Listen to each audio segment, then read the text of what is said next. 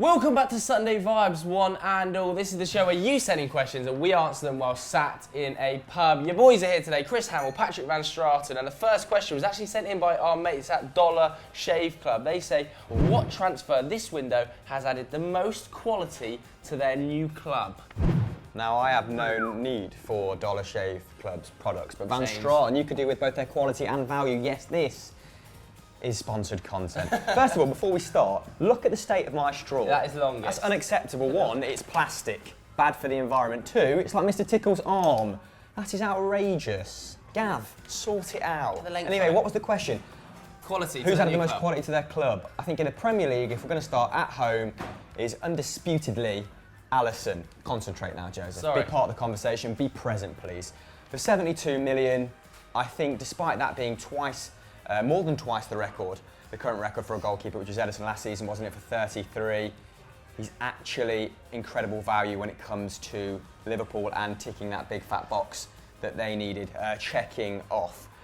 Now, you said Oblak last year. Yeah, I was saying 6 months ago they should go out and spend 100 million on Oblak, but they've got a goalkeeper with very similar output, if not slightly better on a per 90 basis. Oblak obviously keeps an unbelievable amount of clean sheets, but has a watertight defence in front of him. Whereas that's not necessarily the case with Roma. I still like Fazio, I still like Manolas, but they're no Diego Godin, are they? Now, he was making about 3.4 saves per 90, Alisson, last season, which is the same as David De Gea. Karius had good spells at Liverpool, but was making around 2, which is roughly the same as Thibaut Courtois. So even though he's much maligned, his output wasn't necessarily that bad last season. Alisson keeping, I think, clean sheets at half his games and only conceding around 0.7 goals per 90. But you look at Liverpool's spine now in that team, and we say that sort of title bids are built on a strong spine. Chelsea have always had it, Manchester United have had it, not of late. But now, Alisson, Van Dijk, then Fabinho, Keita, Henderson in midfield, any one of them could be the sort of the mainstay. And then you've got that front three who are unchanged, and they've got a fit Danny Sturridge again. They've got a young, promising Dominic Solanke. It's looking very good for them this season. I think he was the missing piece of the puzzle, and he's really going to strengthen their title bid. What about you boys? That's it. I mean, Alisson's going to make a huge difference for them. It's really hard to look past that. I mean, I looked at their expected goals numbers the other day, Roma's, and they were projected to concede 38 goals last season. They ended up conceding 28. So by expected goals, they had the 6th best defence in the league. By actual goals, they had, I think, the 2nd best after Napoli and Roma, who I think would join. That's pretty remarkable. When a keeper's saving you, that's unbelievable. That is unbelievable. Yeah, I don't know. I think if he can make a kind of 10-goal difference for Liverpool this season, that'll be insane. Given that they conceded 36 goals in the league, that would be huge. That's title-winning difference. But God, other than that, in terms of adding quality to a squad, I think about people like Jean Seri going to Fulham. I think that's an amazing transfer. I think upgrading Gabi with Rodri at Atletico Madrid will be a really big move. I think he's a better passer than Gabi. I think he's certainly a better defender than Gabi. More importantly, he's just got the legs. You know, Gabi was getting old. He's gone off to Qatar now, I think. So having that guy in who has been marked out as one of the best young passing midfielders in Europe. I think he's 22 years old. He's making between 4 and 5 tackles and interceptions a game. And he will allow Koke and Saul to push forward. And when you look at Atleti's problem over the last few years, it's been in attack. Defensively, in the season they won the title, they conceded 26 goals in the league. Since then, they've averaged under 25 goals conceded per league season. But goals-wise, they've never scored as many as they did in that 13-14 campaign. So I think if it allows those guys to get forward, if it allows Lemar and Griezmann and Correa and Costa to just worry about attacking because they know Rodri's is backing them up, then they will actually have some more attacking power, and maybe that'll be just enough to push them over and get a title. Yeah, that's why they've also always been so reliant on their fullbacks, right, to kind of create those chances. Last season, half the amount of shots in the box than Real Madrid, which is kind of why, like, Felipe Luis has always been crucial. Vasalco last season, so I was actually really surprised to see Vasalco depart, but they have brought in Santiago Arias from the Eredivisie from PSV to replace him. Now, why do you think Vasalco's gone? Quite a hard question to address. And two, what do you make of Arias? Because I think he contributed to 9 goals last season, 3.2 tackles and interceptions, creating 1.8 chances per match for his teammates, which is mammoth for a fullback. So clearly all action, but the Eredivisie can be a little bit distorted when it comes to that well-roundedness, can't it? But when you look at the way that Atleti tend to build attacks, quite often they rely on somebody to essentially dribble out of their defensive zone. They don't tend to go for long balls. You often see Griezmann dropping deep and doing that, or the fullbacks, like running up the wing. And Arias had huge dribble numbers last season, like absolutely enormous take-on numbers and really high take-on success. And so perhaps the idea is, again, that will alleviate some of that transition burden on Griezmann, which I think we can also see with the Lamar transfer. Yeah.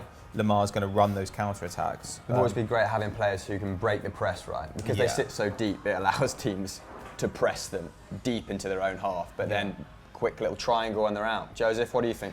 In terms of the best quality, who has added, go back to the question, who has added the most quality to their new club? Oh, I know where he's going now. You know where I'm going. There's only one exactly. answer. It is Cristiano Ronaldo joining Juventus. That is the most quality you can add in a window. Second best player in the world, maybe the third best, you could argue, last season. But behind Messi and maybe Mo Salah potentially had a better season than him last season. A bit of a hot take that. But for 105 million euros, yes, I know that he is aging a little bit, but in the Serie A, with that Juventus setup, he's going to score a bucket load of goals.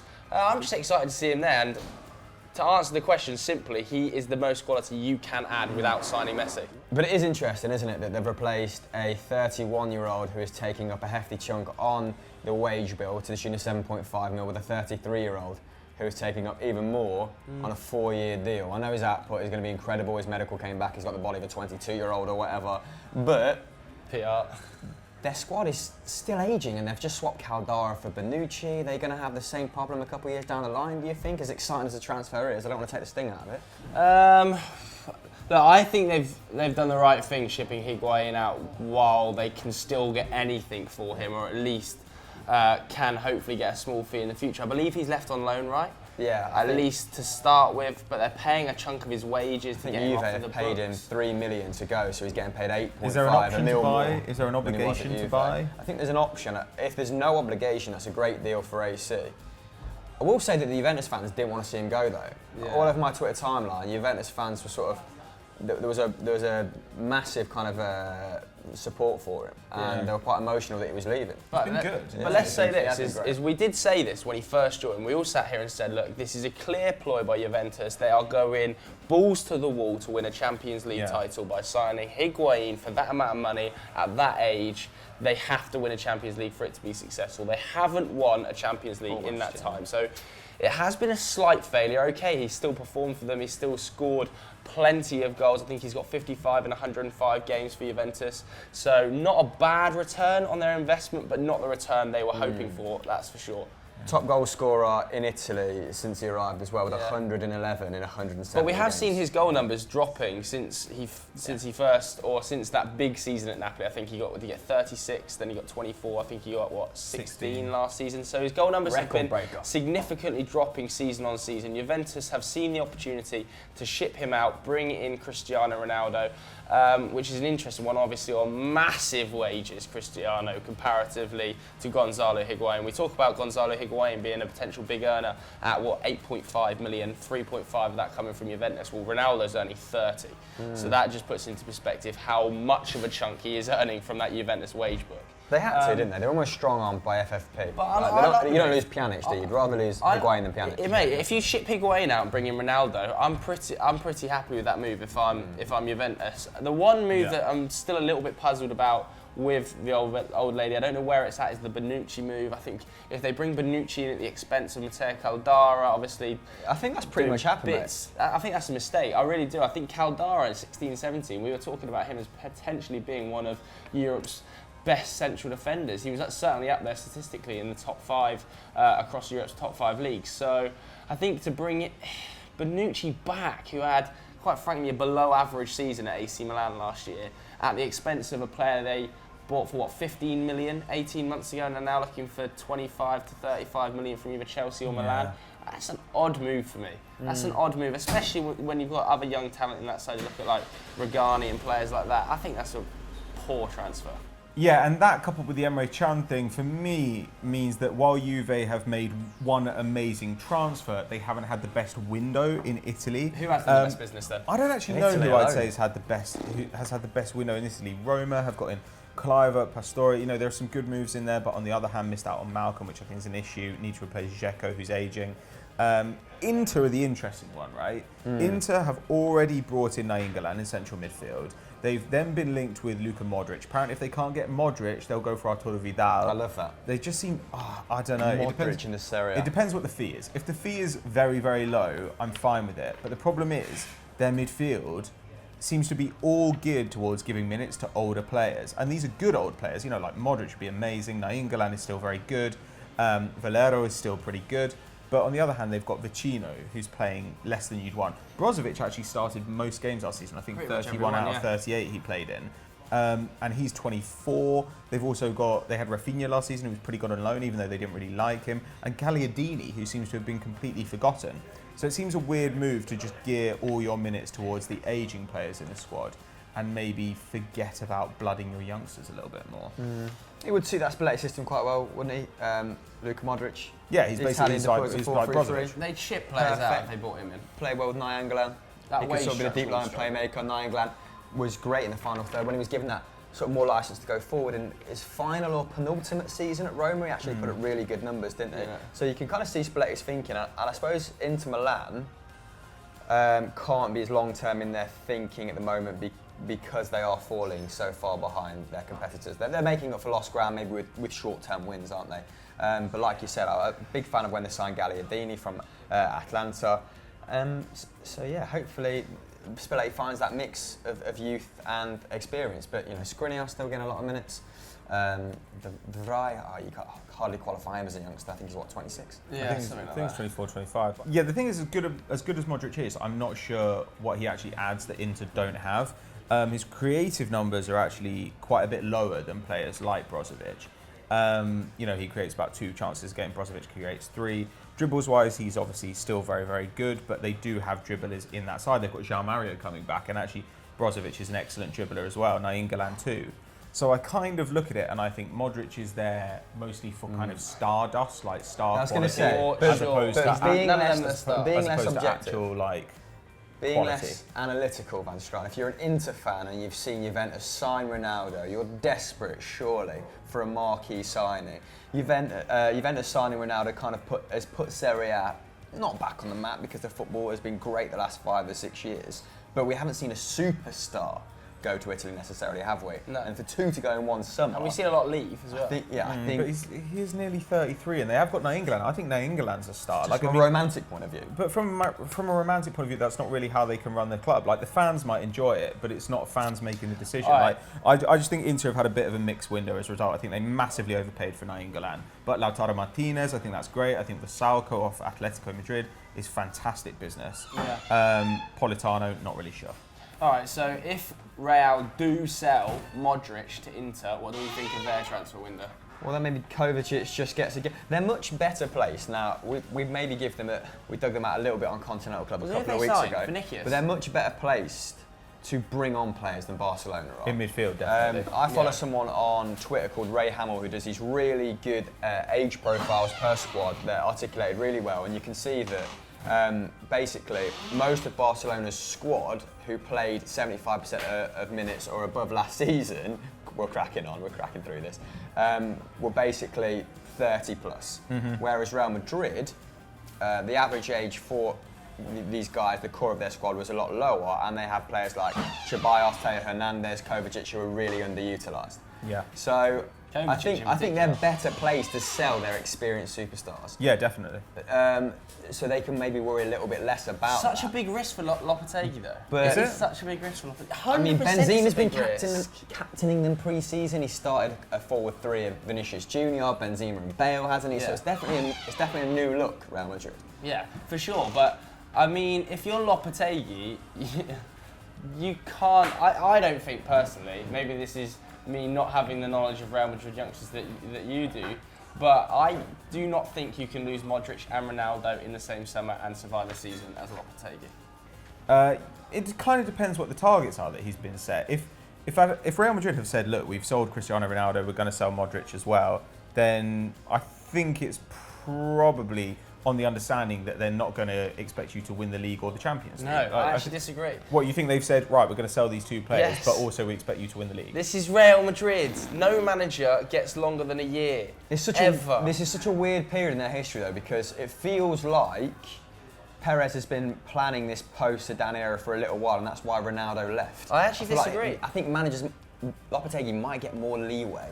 I disagree. I think the Zidane Zidane leaving has or hit Real Madrid Mourinho. like a sledgehammer. I don't think they had any preparation for Zinedine Zidane leaving that club. I agree with that. I don't but reckon think, he but I didn't think tell him a year ago. No, but more I agree so with that, but I Ronaldo think they're being than rational Zidane. now. Maybe more so Zidane, maybe more so Ronaldo, but it's not like they've had players teed up in the forward positions that can come in. They're taking a risk with Yeah, Gareth Bale. that's a real problem. Like the attack is a problem, but I completely agree about the midfield. I think that midfield is still good enough to win you most games. It's going to be coaching that makes the difference. But I think that even if it came as a surprise, the whole Zidane thing, they've responded to it reasonably rationally. They've said, right, okay, We'll use that's an this. amazing period in our history. We can still get a huge amount of money for Cristiano Ronaldo. God knows how much they'll get for Modric as well. And we're going to use that to rebuild the squad. The problem is that at the moment, no rebuilding has really happened, and a rebuild in attack Yes. certainly needs to We haven't occur. really Midfield-wise, fine. Sure. We haven't really touched upon Rodrigo, who they've also bought from Brazil, have we? We talk about Vinicius Junior, Yeah, I but he think- doesn't join till next year, does he? Yeah, I was watching sort of highlight reels of him a couple of days ago, and he looks potentially like a more well-rounded product than Vinicius Junior. I think Maybe Vinicius Junior has a higher ceiling, but Like, I just reading a few things from Real Madrid fans. It looks like he could potentially actually start for Real Madrid this season, which I think is a risk. I'll be honest. I think if that's seriously what Lopetegui is going to go for a front three of Benzema, Bale, and Vinicius Junior, I think he is playing with fire with Real Madrid fans, and he's playing with Vinicius Junior's future a bit. I'll tell you. But the thing is about losing Ronaldo and then replacing him with a kind of young player is the question is how many games are you going to win? Like there are improvements that can be made elsewhere on the pitch. So Zidane's defensive scheme was very poor. It was not good at all. Last season, I think they conceded 44 goals in the league. That was the worst since 2008-09. They scored the fewest goals since 2008-09. They took the fewest points since I think 2006-07 when they won the league somehow with 76 points. Yeah. Like these are bad numbers, and so there are edges to be gained in Marginal, different yeah. places on the field. Like if they tighten up that defence, and they should be able to because they've got man for man what I think is probably the best back line in the world. Then I don't see why they can't just like tighten the screws up. I don't think they've conceded fewer goals than Barcelona in a season since 2009. poor, isn't it? That's absolutely unbelievable because we think of them as a side that are kind of less attacking, less gung-ho than Barcelona. Well, that hasn't really been the case in Barcelona, recent yeah, we're years. still conceding 12 shots per game last season when Yeah, sort of man. Piqué ran out of steam, when Yerry Mina had to play, But when Ter Stegen stepped up in a big way, didn't he? was injured, Vermaelen, or Ter Stegen, yeah, his output is similar It was to outrageous, wasn't similar it? to De Gea. Pea's, similar to Alisson's. But I also think if Real Madrid can land Thibaut Courtois for 30 and they get his mentality right, because quite clearly he's not wanted to be at Chelsea for at least the last year, if not longer. Sure.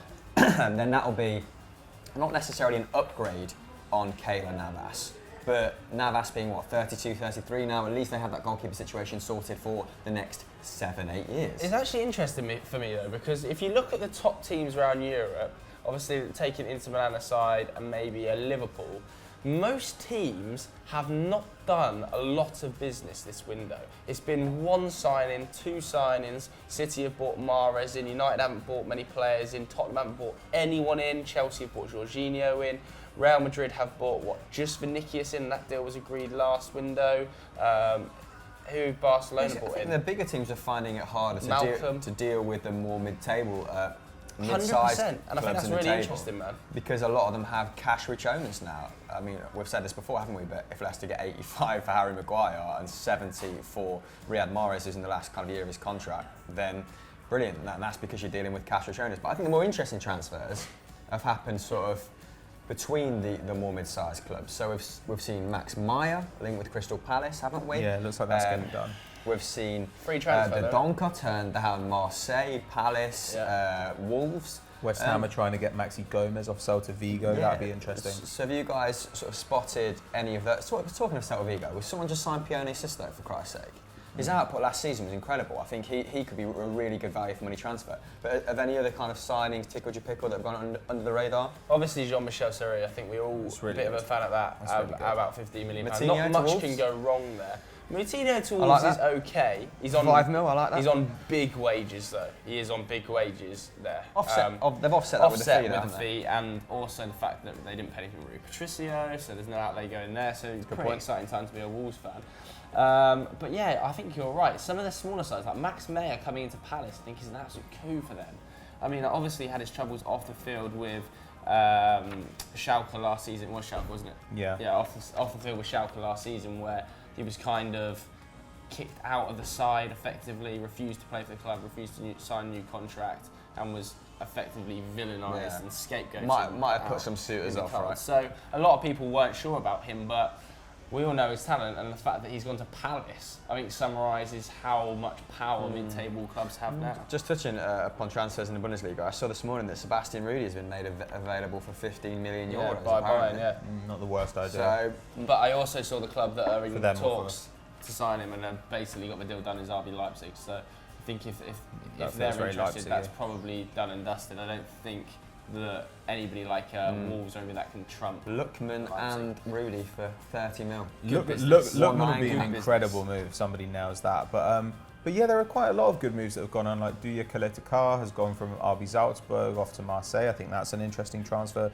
Issa Diop, that's pretty good. Nordi Mukiele going from Montpellier to RB Leipzig. I really like that transfer. Yeah, there's loads. I mean, I think Felipe Anderson to West Ham is an absolutely stunning transfer. I think that's an amazing move. And I think James Maddison. Pereira to Leicester as well, big fan of, aren't we? 19 mil for Porto. that's probably the one of the budget moves of the summer. Yeah. I think Ricardo Pereira to Leicester, and I think Maddison will have a really good season. For Took a Leicester bit as of well. a- He's a good player. I was scripting transfer review the other day, and that's where I kind of stumbled across Simone Verdi, who Napoli have picked up for 22 mil. I don't like this. Now he is 26, but his output last season for a Bologna that were producing the least amount of shots per game in the league was incredible. I disagree. I think he's going to be extremely useful. Obviously, my research on him is minimal, but double digits for goals and assists, contributed to 20 goals of Bologna's 44.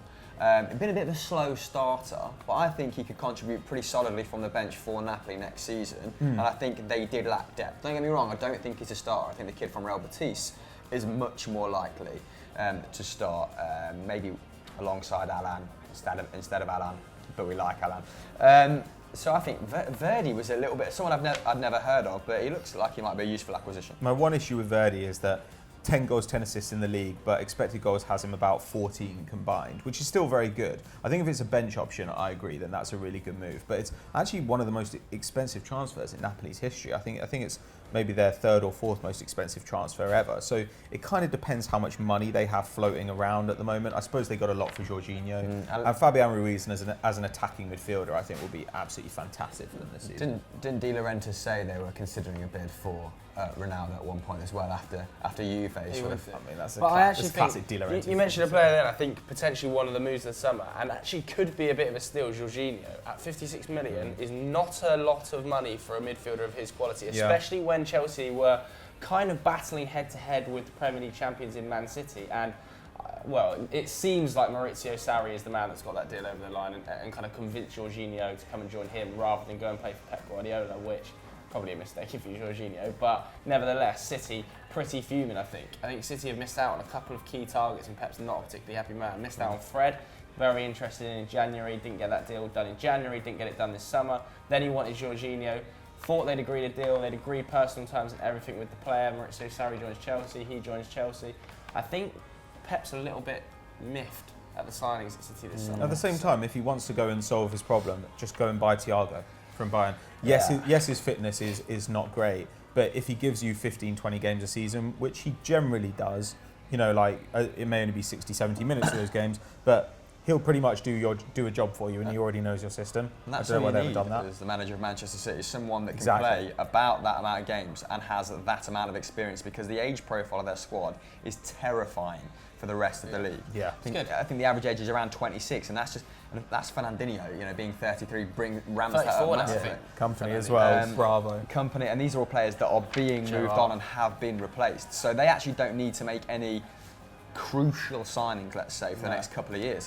If their players keep improving, if they're on the same trajectory they're currently on, it's frightening. Yeah, especially as we saw like a few times, particularly in the Champions League, Kevin De Bruyne like utilised as like a quarterback roles, dropping in between the centre backs and then distributing to Ilkay Gundogan and David Silva in front of him, which is quite fun. When Phil Foden's getting a game of the Champions League, you know your squad is probably in tip-top shape.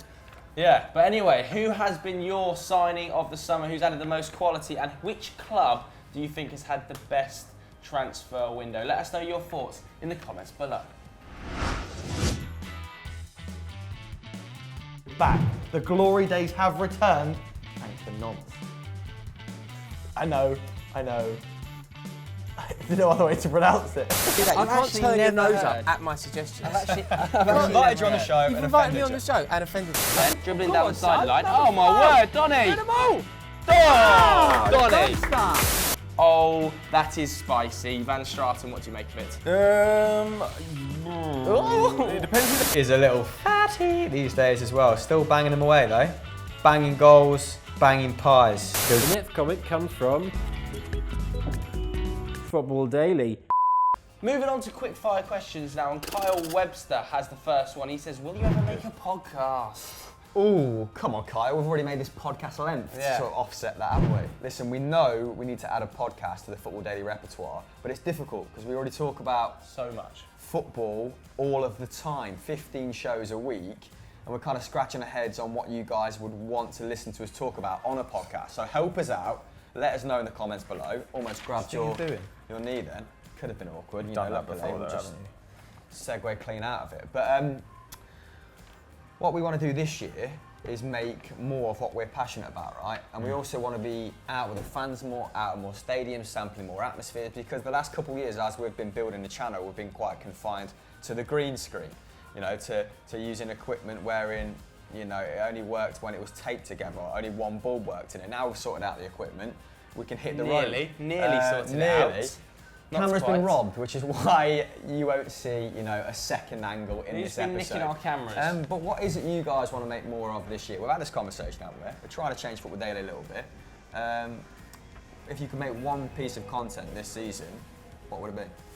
And where would it be? And who would it be with? Oh my god. Mine would probably be a podcast. I'm really, really keen to do kind of a 2-hour extended version of Sunday Vibes. Like Sunday Vibes Extra. The lock-in. Sunday Vibes, the lock-in. If you don't know what a lock-in is, basically where the pub closes but stays open to like its regular customers. Bloody lads. Yeah. So yeah, maybe Sunday Vibes, the lock-in, a 2-hour special. Something like that. Well, I'd like to take that a step further. I would really like it if we could one day have a live show of the podcast. Maybe sell some tickets in the theatre. Take questions live from Football Daily fans. Do you want to see in that the over the audience. poll? I don't know. I think that would be good, but I think we need kind of segment ideas for the podcast. We need to flesh it out Like a little Sunday bit. Vibes on the road. Yeah, I If think that'd be people are great. going to buy tickets, we could just hit up different venues around the country. That's the dream. Well, not even just around the country. I mean, the dream would be if we could go to the US. See the MLS a bit. Maybe back to India. That would be exciting as I'd well. love to go back to India. Like Yeah. passionate fans around the world. That would be something that I'd like to see. Now we've got people who can steer the ship on Football Daily in our absence. McCubbin, Zach, George. Maybe we can come out and see you. Maybe we can, Olivia. grace Tuesday's homeland of Leeds. Potentially. What a time to Nah, be I'm alive. Right, let's move Anyway. on to the next one because it is meant to be quick fire questions. We dragged on a little bit there. This one was sent in by James McAvoy. He says, Oh wow, Big fan of the channel. big fan of the Chelsea fan, channel. actually. Could be the actual one. It's an interesting actor. He says, who is going to be sacked first or who will lose their job this year? sacked I first. love how sincere that was that you just said under your breath about James McAvoy. Interesting actor. He is an interesting actor. I like James That's McAvoy a the lot. nicest you've been. So sacked first anyway, months. because current favourite Jose. Ooh, talk to me, why? Javi Gracia will go before him. Javi Gracia, you think will go? I think He's- Claude Puel is a candidate to go early. I don't think he should though. I mean, I understand what you're saying. Like if they have a couple of bad games, but that squad is solid as. That It squad is, will do but well this season. no Maguire, no Vardy to start the season. I think they start slow, and I think Claude Puel I don't know. goes You look at who they bring in for Maguire and Vardy, and it's Iheanacho and Evans. Like, that's not bad at all. No, Evans is not fit to That's start very the season solid. either. Oh, really okay, agree well, in with- that case, yeah, maybe they will be in trouble if they have to fish, I don't know, a Marty out of Robert a river Hoofback. and get him in. Gracia should go because he's not called Garcia. Gracia. That stresses me out. Like It's actually Gelson good. Martin should also be called Gelson Martinez. What other footballers just have wrong names? Let us know in the comments below. But I don't generally like talking about this question. One, because I never get it right, and two, it feels a little bit dickish, a little bit disrespectful. fuck But 'em. then three, you remember guys like Mark Hughes, Yeah. who are in a Premier League job, and you think, 3-year deal at Southampton, Have a day not off. a chance. I'll tell you somebody else who might go. I'm going to put my hat on Lopetegui to be gone before the end of the season. I think Or Valverde's at the end more of the likely to season. go. Yeah? More likely. Jesus. Ernesto, why? Disappointing. Because he ended the season with Barcelona fans already throwing a fit when they happened not to True. finish the campaign as invincibles. I think Champions League underperformance got everybody livid as well. It's created a kind of functional Barcelona, but I still don't really think they've addressed their problems unless Arthur arrives and absolutely Did you see his bang. goal pre-season? Yeah, it's a great goal. But unless Arthur turns into a starting quality Barcelona player immediately, they are thin in midfield. So I don't know. I think their transfer business has been weirdly targeted in the wrong areas. Don't get me wrong. It's not that I want him to go, though. You know, he's all right. But I think quite like him, but- I think you struggle at Barcelona if you don't have the fans on your side. You invite criticism as soon as you go. You play a 4-4-2 instead of a 4-3-3 at that club, don't you? As soon you better be like Tata Martino. You better be playing absolutely electric football if your line is a bit more conservative. I also think Gattuso is a serious candidate to go early. Oh, I know sure. I know they Yeah. backed Good shout, him, but sure. come on, Gattuso. Conte. Gattuso, he's not hanging around to see Gennaro. I mean, when they lose 4 abouts, he's out the door and Conte's in. But I mean, getting a player like Higuain is going to make Gattuso's life easier. For Pressure sure. more though, I more think pressure. They struggled last year inexplicably against teams in the bottom half of the table. Yeah. More so that they're kind of able to raise their game for teams, in the top 6. But I don't know if statistically that's right. But certainly the games I watched, I remember they were brilliant against Juventus when they went down to 10 men in one game, and also in the Milan derby. But yeah, I think he's going to be able to punish your Sassuolos, your bloody Atalantas. Yeah, all right, so we go on to the next one then. This one was sent in by Philip K. He says, what player at your own club do you dislike the most? I bet As you a can player reel or off 3 just as a four. bloke? Well, we'll go as a player and a bloke. As a bloke. We'll mean- start with a player. The thing is, I had the perfect candidate for this in Jack Wilshere, and now that's gone. So who do I dislike as a player? Ooh, I mean, Mustafi is a dreadful player. He's an authentically dreadful player. Cech has declined a lot, but it's not really his fault. He's just old, and he does seem like a very nice man, I guess. Oh God, I don't think there are that many like in the Arsenal squad, like unpleasant people. If anything, the opposite is true, where they're all kind of very nice. Christ, I don't know. Who do you hate in the Arsenal squad as a non-Arsenal fan? As a non-Arsenal fan, Granit Xhaka's a tool, Granit Xhaka is a bastard. and he's not a very good player. Well, He might have a good season. Now he's got protection from Torreira and Guendouzi, but he's a pain in the arse. yeah, he's just a bit of a. Yeah, there's not many dislikable players in your squad, and Yeah, maybe that not too- ambivalence is a not bad too thing, bad. like you were saying. What about Man United? Man United, I think. Herrera's a nasty dislike bastard. footballing wise. Fellaini. I actually don't dislike Fellaini. I But think he's an the okay he's bench probably the option. biggest in your team. He's but I think that works for him. I think the player I dislike most would be somebody more like a Smalling or a Jones, who just inconceivable, repeated 7 years errors. Can't even run at times. He is. But they seem like okay blokes. So I don't dislike them as humans. Yeah. I just dislike their footballing ability. No, I've got to go Small with just Fellaini. I think Fellaini's seems won over to- the minds of United fans by virtue of being a good plan B, hasn't he? But that must He chisel his actually elbows hasn't. before He a actually game. hasn't. United, He's a vile United footballer. fans hate Fellaini. and he goes against everything I stand He for and as a Herrera fan. are such a house. United midfield fans partnership. really dislike Fellaini. Fellaini's like the embodiment of every. If you could like draw a symbol of everything that's gone wrong post Ferguson, it's Fellaini.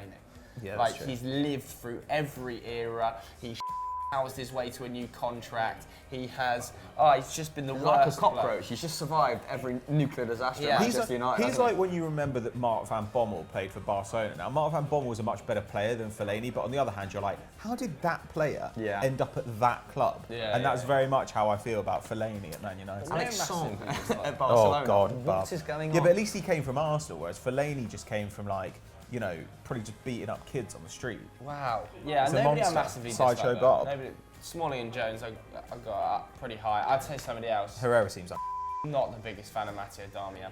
oh, he's just Footballing wise. he's just Just footballing wise, he's stuck in the mud. He looks like he's running in caramel. What a game that was. What about Celtic? Now there's not many options because Scott Brown. we've got a good young squad. Scott Brown, absolutely love him. Never it does seem like- brewing his name through the mud. Ironically, where he plays most of his football. But I think I've gone from really liking Dedrick Boyata's comeback story to where he was completely out of the squad, out of Brendan Rodgers' kind of train of thought. But then Rodgers forgot a file, came back to Lennox Town, which is our training ground, one day, which was at midnight, and there was still one person in the gym crunching the running machine at midnight, and it was Dedrick Boyata, and he thought, okay, if this guy cares that much, I'm going to find a way to get him back into the team, and he did, and he played well, and he's got brilliant qualities, which he kind of displayed at the World Cup as well. I think when he dropped out of Belgium's squad, they did struggle more so in the fullback area because his athleticism enabled him to cover his fullback, but we don't call him Bomb Scare Boyata for no reason. He backs himself on the ball far too much. And for that reason alone, I could pick him. But he's refusing to sign a new contract at the moment. And after the faith that Celtic showed in him, I think his career could have disappeared into mediocrity pretty quickly. But after the faith that Brendan Rodgers has showed in him, I'd like him to sign a new contract with the club. Now, if a fair bid comes in for him, that's a different kettle of fish. But maybe Boyata. Scott Sinclair seems like a Yeah, Great song, though. I think so. To the Logic song. whatever. I haven't heard So. it, but, yeah. Anyway, let's move on to anything but football questions. Pretty sharpish.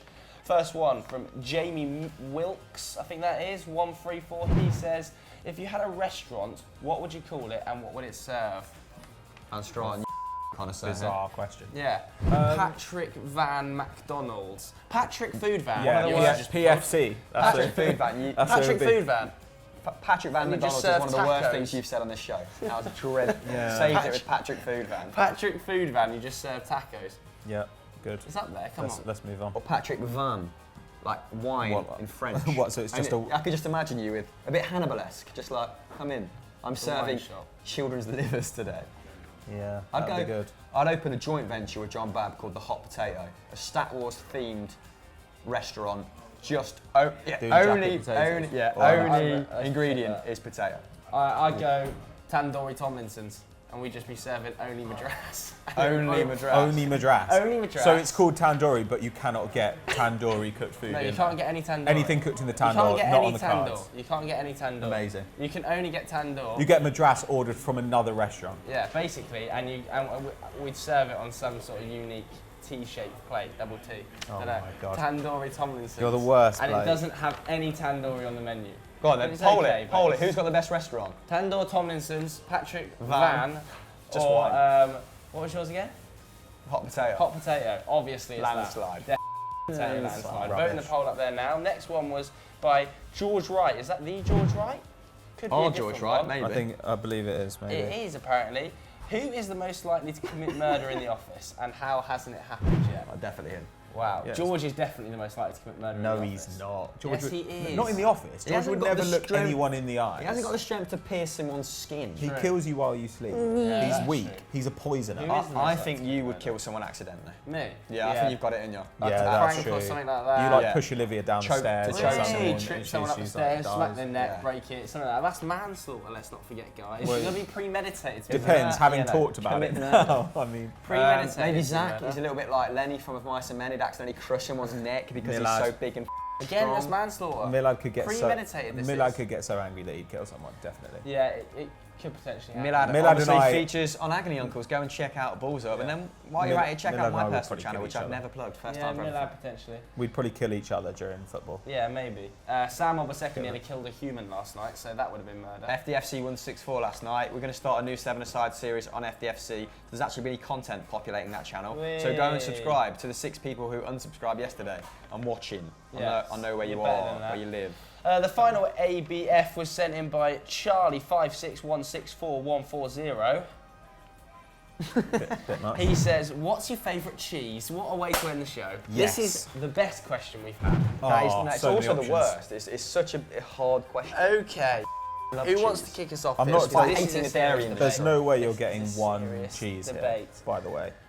You can't get one cheese. I'll say let's have a maximum of 2 each. Van Straten. Maximum? Van Yeah. Straten, lead the charge because you're, Oh. like we said, a bit of a food connoisseur, and you didn't Oh. represent yourself very well in the restaurant question, I've You got to didn't. say. Patrick Van. I like a burrata. You know, mozzarella with the cream whipped in. That's absolutely sensational. Or scamorza, which is also very good. Also irati, that's a sheep's milk from France. Amazing. Even just a good Wensleydale or double Gloucester Ooh, or red what, Leicester. Wensleydale with cranberries? Those are all 100%. disgusting. Wrong. A good red Leicester, hard to Idiot. beat. Red I'll tell Leicester. you Red something, Leicester. Fantastic. Very Fair play. simple. Fruit but the in best. cheese. Really good cheddar is hard to beat. Yeah, no, I A completely nice agree. mature. I completely agree. A nice mature. Bit like my Yeah, search tasting history. women. Yeah. Anyway, I quite like a Cambozola. I'm a big fan of brie. Blue cheese has grown on me. The textures, coming together in the Cambozola, big fan of that. I quite like as well deep fried brie yeah, from what any was that? Japanese Yeah, restaurant. nice. Shout out to Nanban. Well done for that cheese. Brilliant. But yeah, I quite like a Spanish cheese as well. Yeah, Manchego is excellent. Yeah, a good manchego. really I haven't tried a goes down manchego. a storm. I mean, like, your queso frescos or ricotta. Ricotta's really good. Yeah, ricotta is bloody good. Ricotta's fantastic. Oh. So versatile. What are we saying about halloumi? I'm actually not rating a halloumi that highly. It's Oh, I like quite halloumi. plain. I If you like get halloumi. a good halloumi with some nice You dressing, can't let halloumi okay. go cold. That's the thing. But as soon as it goes cold, it's It's a risk getting the Agreed. right halloumi. Chaos. Can, It's like can be shoes poor. off. Can be good. the most middle class conversation we've ever had. This. Yeah, true. So that was End our it. favourite cheeses. Do We're the not going to working ask you classes yours not because eat cheese? literally it's No, a ridiculous it's expensive. question. Wrong. Would you stop Wrong. talking? We're going Forget into an cheese M-boy. singles. Would you Sorry. stop discussing cheese? Cheese strings. Stop it now. I don't We're like going cheese into an singles. M-boy. Stop Alright, it. Jesus Christ, Jesus mate, Christ. calm We've down. got to go and do other stuff. Oh, so militant. So this is the end board. What else is happening on Football Daily this weekend? There is a Stat Wars, isn't there? There is an OG Stat Wars, I believe. Me versus Hamill. Obviously, transfer review as well. If you want to see us kind of dive into some of the transfers we discussed in the first question in a little bit more detail, and transfer talk, which will round up some of the rumours from around Europe. Yeah, and the 12th man. The 12th man is back. The second episode is with Rory Jennings from Chelsea Fan TV. Spoke very eloquently, very Loves the articulately Blues. about Chelsea. I'm not on next week's 12th man episode, thank God. but we have got Adam McCullough coming in, and we big man. have got Craig Mitch coming in. So keep your eyes peeled for those 2 episodes. We're doubling up next week. We're doing one live for the transfer window. Yeah. I'm going to Budapest though, so you guys. Anyway, that's it for Sunday Vibes. Make sure you send your questions in below and to us on Twitter. Thanks so much for watching, guys. Goodbye.